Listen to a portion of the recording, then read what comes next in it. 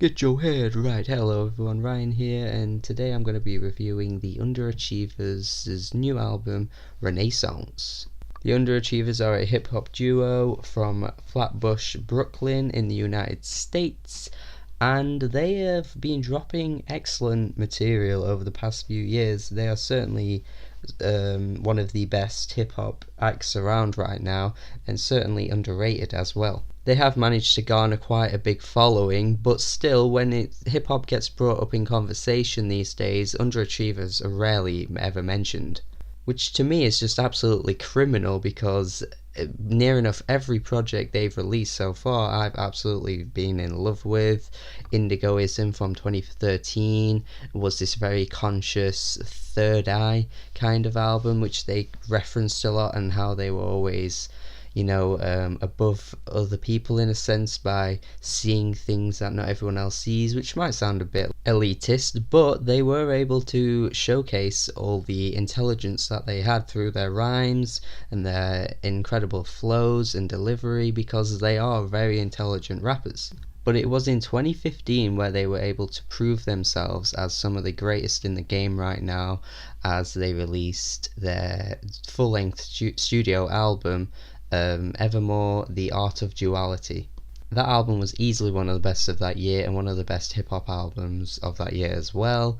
And again, they were just showing that they had incredible ability with their rhymes, and their bars just went on for days and days and days. It was so hard to unpack everything from the lyrics because there was just so much being said. And Renaissance is pretty much that as well. I mean, this time around, they're not quite as wordy, and they have made their verses and their bars a bit more concise. They don't say as much as what they said on that album here, but I think what makes up for it this time is that the beats and the instrumentals are fantastic. They've gone for this boom bap sound on a lot of the beats. They are just so hard hitting, and the incorporation of the more jazzy elements on this album works incredibly well.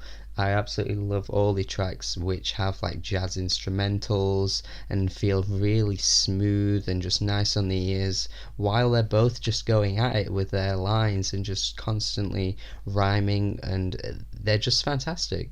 And the choruses on this album as well are they just stick in your head. There are far more hooks on this album than they've ever been able to do. They are really improving in that sense, because before they kind of just rapped and rapped and rapped and rapped and rapped, which was amazing to listen to, but this time it's just like they've done everything they've done before but made it more accessible. I mean, sure, they do talk about weed quite a lot, and I mean, there's a few tracks. There's one point where, like, few of the tracks just, like, follow on after each other, and each one is literally just about the topic of weed. But it's kind of interesting because they are so intelligent as people, so you do have to wonder whether they are heightened by the fact that they take so much weed all the time. I mean, that's probably something controversial to say, but it's just something you gotta think about. They always sound completely like hungry, and they always feel like they want to keep going with their rapping, but I think they just know that they've got to stop at some point.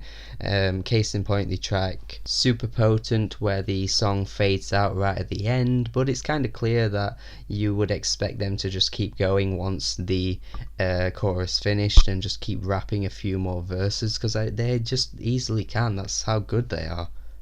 I've got to admit, for me, mostly I'm enjoying this album for the beats. I mean, it's those beats that are sticking in my head more, but when you do listen to the lyricism, there are a lot of great lines as well, but there's just so much to pull away from it that it's hard to kind of individually take out some of the lines, especially since most of these tracks do follow quite a similar pattern in the sense that they have similar instrumentals, but it doesn't run on too long that makes me get bored at any point, which is why I think I'm loving this so much.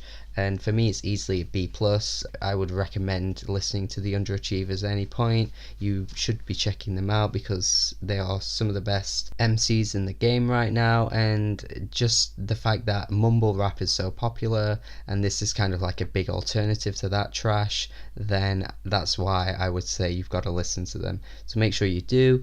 Make sure you subscribe if you like this review and want to hear more, and have a good day.